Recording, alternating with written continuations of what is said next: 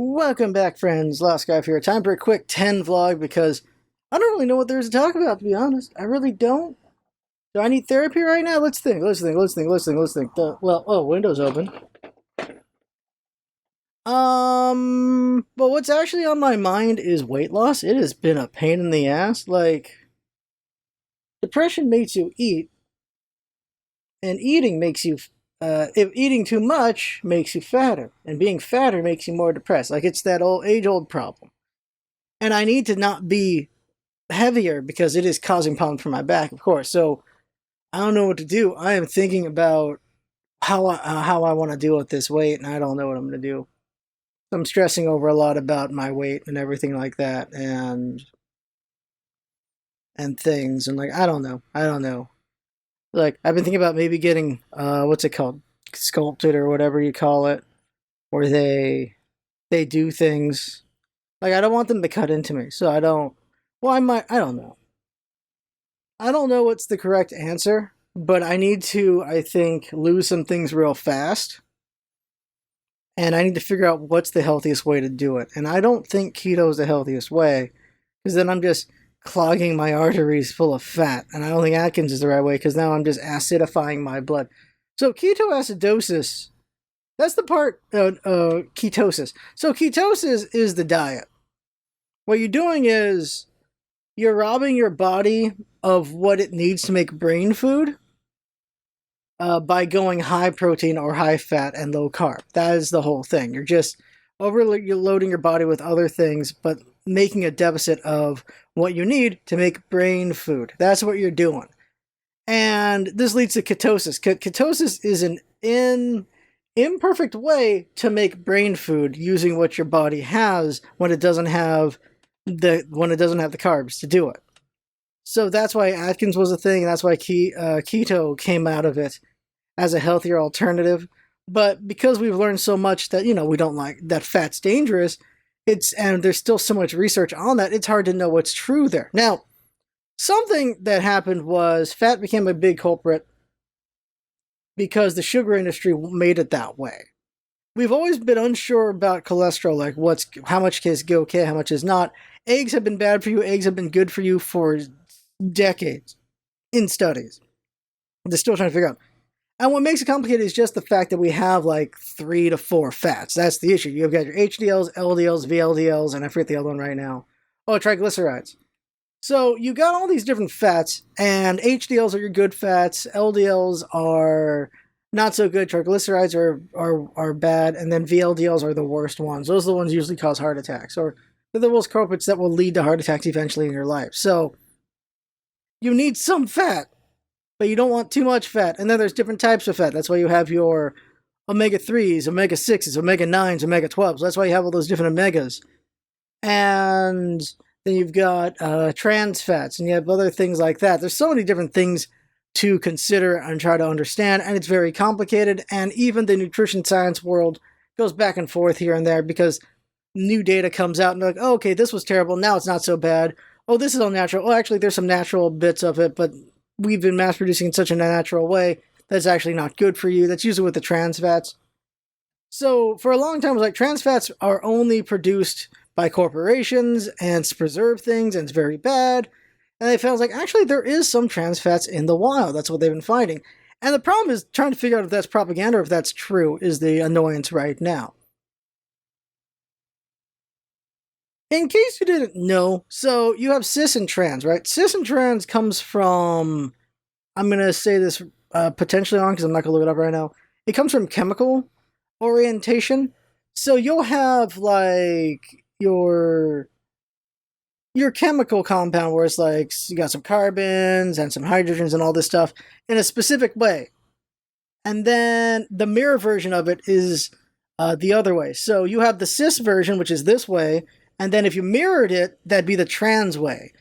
And that language somehow hopped over, and that's how we have like cis and trans in our now current dialogue, because it came from science and it moved over there. Now, I'm actually kind of curious how that all came about, but I'm actually not curious enough to look it up right now because I'm in the middle of a vlog.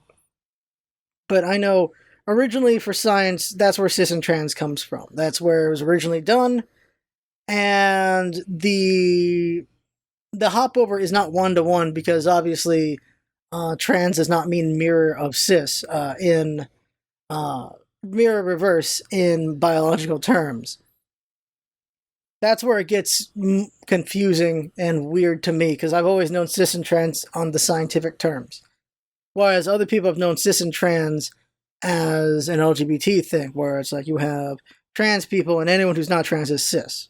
Like, well, for me, I'm like that's not what cis and trans means, but that's now entered the lexicon, so now I know two different definitions for these different terms. And that is the beauty of language, I suppose, where you can have multiple meanings for the same thing. And I talked about this last time or a time before with Japanese, where for Japanese, they can have multiple things for the same thing, whereas English has a bunch of different versions of the same thing that just grammatically work because we've made it that way. But we also have words that can mean the same thing. Like, obviously, the F word is the biggest example of a word that can mean so many things, that can have so many definitions. And then words that have their definitions have changed over time, like the N word. Like I've talked about that before as well. I think the same episode.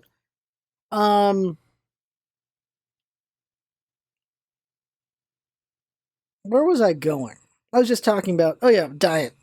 So it's the correct way, in my opinion, and it's the hard way, is the old school diet and exercise. But obviously being sensible about your diet, being sensible about your exercise. So working out a good amount, getting a lot of exercise in there, making your body healthier.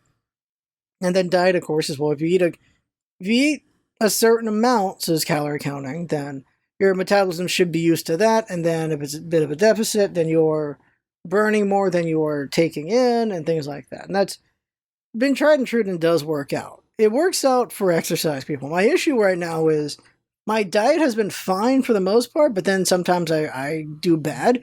What's the real issue is, I was talking about eating, but the real issue is I'm not working out enough. And there's issues with that. I'm not working out enough because my back's giving me trouble. And my feet are giving me trouble because I've got so much weight on them. I'm starting to get some feet issues. So it becomes, well, what the fudge do I do? So in the past, my thing was, if I do 500 calories worth of exercise every day, then I've done a pound of exercise every week. Now, I was doing that. I was running 1,000 stairs every day. I was working out, doing this and that. Now I'm doing Pilates. I'm going to, since I can't use my feet, I'm going to try to do swimming. Since we're still in summer, there's still some time to swim. I'll probably swim tomorrow morning and get my exercise there. But my problem is, walking is such a big source of exercise, being on your feet, and now they're in trouble. And that's not good. Now, swimming is good for your back, so I should be swimming more anyway. So that'll help. But so I'm just so worried about, like, well, I'm at a point where I might need to make a drastic move here. And I got to figure out what's the healthiest drastic move I can make. And I'm not comfortable with keto, like I said. I'm not comfortable with Atkins. Keto's a safer Atkins, to be honest. Like, you're burning your blood, but you're burning in a different way. Because, look, okay, Atkins, actually both can lead to gout and other issues. So it's very much, you're burning your body to lose weight. And it's not the healthiest way, in my opinion. The healthiest way is exercise and just eating well. But that's a difficult road. But it's worked out. Like, I've lost 25, almost 30 pounds doing it that way. Problem is, I'm at a point where I'm plateauing, and it's partially laziness because I've hit such a goal, and partially just depression, and partially just my body's not letting me exercise as much as I want to. And also my mind isn't, because depression. So I'm really considering getting some of it cut out of me. And I need to look into the implications of that. Is, what does it do to your body when you just have cells yanked out of you? What does that do? Because in one way, I can look at it as another surgery. I had part of my disc removed so it wasn't hurting me. And now it'd be, I'm having part of my body removed, the fat cells removed, so that they are not making matters worse for parts of my body. That's the way to see it as a surgery that is necessary. And so I need to find the safest way to do it. And it becomes, do I want them to cut into me and yank it out, or do these other processes like cold sculpting, which is one I really need to understand because I don't understand how this works, where it is they freeze your cells to death while they're inside you, and then your body eventually removes it, and now they're gone. Now, the reason why it's worth considering is because how fat cells work. Fat cells shrink, they never go away. You don't burn fat cells, you shrink them. The only way to remove them is to physically remove them or to kill them, as ice sculpting does. And so I've been reading up on these different methods and just like, what is the best way to do it without horribly ruining my body? Or if it does mess me up, how can I mitigate it as best I can? It's the pros and cons of like, well, if I have 10 less pounds on my spine and on my feet, what is that enough benefit over whatever potential side effects I could have? That is what I need to consider, and that is what's weighing on my mind right now. And I'm just worried about it. I don't know. There's also pride. There's the pride side of me going like, well, I'm cheating. But it's also like, well, when do you decide the line of what's cheating and what is necessary? Like, and what is not being a man? What is not toughing it out? Because I could have just kept toughing out my freaking spinal injury. I could just, it's like, yeah, I got it. I'm mocking it up. Like, when's a point when you're just supposed to give in and have medicine do its job? Right? What the hell? People are dumb in ways because of what we do to ourselves through traditions sometimes, or our conceptions of things. We just make things worse for ourselves at times. And I'm wondering, am I holding myself back smartly or not when it comes to doing something like just removing fat from my body? And I need to find more resources to study and read, and I need to find someone who's not trying to just sell me this thing or trying to sell me their alternative remedy and things like that. A lot of websites are just like, hey, we're the way to go, ignoring all these side effects we know we have and things like that. It's like, son of a bitch. Like, I need honesty. I need to know the risks and everything. And yeah, I just really consider it just to help out, just help my body out. Like, just remove, like, I feel like 10 pounds from the gut area, and then with that less on me, maybe I can do more. With less stress on my spine, less stress on my feet, I should be able to do more. That's what I'm believing. Because the other way to fix my feet is to just rest them for a month. I'm like, well, then I'm just gonna get fatter. What the hell am I gonna do with that? So I obviously need to swim. That's so pre doing any of the surgical things I'm talking about. Swimming. Let's do that. So before I get to those things, do swimming while still researching and reading up. Because I just think, like, I should be okay to do it as long as I understand and figure it out. Because this isn't for vanity. This is for survival. And that's it. That's the blog. That is what's weighing on my mind. I have been working on the new Kirby podcast for the two-parter anime episode, episodes 45 and 46. It's such a good two-parter because Kirby's so fun in it. It's just hilarious episodes.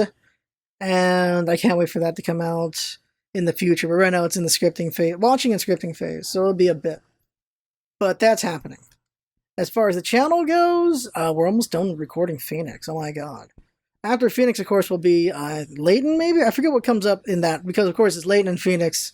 That's been our voice LP for years, until we finish it all. I've been looking at Sea of Stars. I've been debating that one, because Ninjax told me it's a very good RPG, so I'm like, okay, might want to voice LP that. I double check when Super Mario RPG comes out, because we will voice LP with Super Mario RPG. That is 100% a guarantee to happen. I was debating putting Tears of the Kingdom on the channel because we had Breath of the Wild on the channel, but it'd be putting it for the sake of putting it. I'm having fun with it, but I don't know how entertaining it is. Now, here's the thing I need to do. This is what I really need to do before we end. I need to record And if I find good moments and realize they're good moments, remember that and keep that and just clip that and put them up on YouTube. There are some people I enjoy watching that have done that, and like, yeah, that's pretty good doing it in bite size like that. So it's something I'm debating doing too. The only problem with that is there's no posterity in that you can't watch the whole dang thing. Well, I guess you go to Twitch as long as Twitch doesn't delete them. I don't know how Twitch handles remembering streams. They have so many streams going on. They probably don't remember them that long. But I still have all my Zeldas recorded, so I don't know. But I'm not going to go back and try to remember what were good clips. Like from this point forward, I should remember this felt pretty funny or pretty interesting. Maybe I should keep this recording and clip this out, kind of thing. But that's it for the vlog. I have fun of watching. That's what's all about. Having fun, thanks and bye, and see you next time.